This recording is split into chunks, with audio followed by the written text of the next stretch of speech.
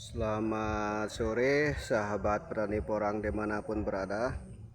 Ini kebun porangnya kita di kebun Dekadeku Pampamili di Taruh, Bali. Nah, ini kebun porang kita di lahan yang kedua.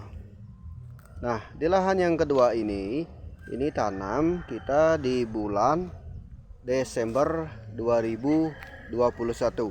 Artinya Desember pertengahan, kemudian Januari dan Februari, berarti kurang lebih umur 2,5 bulan sampai 3 bulan. Nah, ini bibitnya kita bibit dari umbi. Umbinya adalah umbi mini, artinya bukan umbi yang super. Akan tetapi pertumbuhannya cukup lumayan bagus. Nah, lihat dari gestur warna daun, dari tinggi tanaman, kemudian dari pertumbuhan katanya termasuk lumayan bagus, lumayan aktif. Nah, bagi sahabat yang ingin mengetahui seluk-beluk tentang porang, khususnya mulai dari pembibitan, kemudian budidaya maupun hasil panennya, hasil pasca panennya nanti dijualnya kemana, mari berkunjung ke kebunnya kita. Nah, di sini Tiang akan sampaikan beberapa hal, beberapa statement.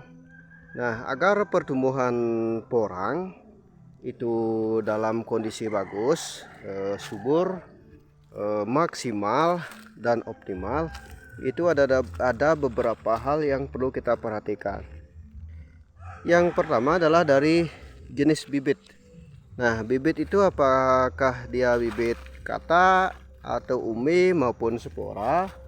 Akan tetapi bibit itu menentukan kualitas pertumbuhan dari porang itu sendiri. Bibit harus bagus, bebas dari hama dan penyakit. Kemudian bibit harus tahu asalnya dari mana, ya.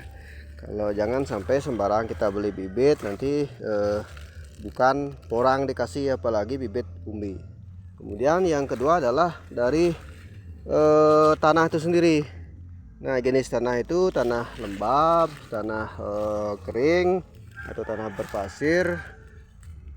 Itu sangat menentukan dari pertumbuhan porang itu sendiri. Artinya tanah itu harus banyak humus, kemudian nutrisinya banyak, nutrisi organik. Nah, seperti itu. Nah, ini ciri pertumbuhan porang itu katanya seperti ini, walaupun dia masih kecil. Nah, setelah dari tanah, kemudian sterilisasi lahan itu sangat penting. Ini untuk menanggulangi jamur yang tumbuh di dalam tanah sendiri. Nah, jamur ini akan mengakibatkan kerugian daripada umbinya nanti.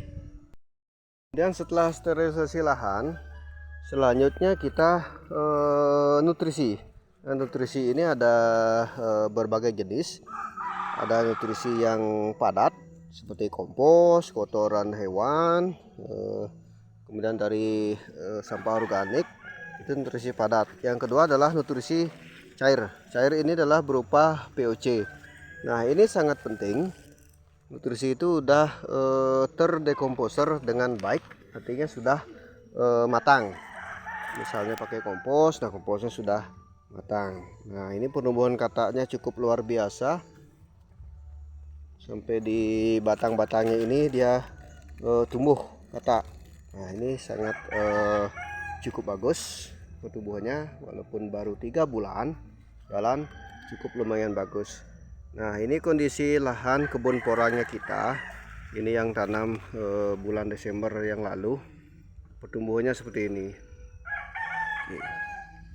Nah demikian info update terkini dari kebun porangnya kita. Ini kebun porang yang kedua, kebun porang yang lahan yang kedua di TKD Kopam Family.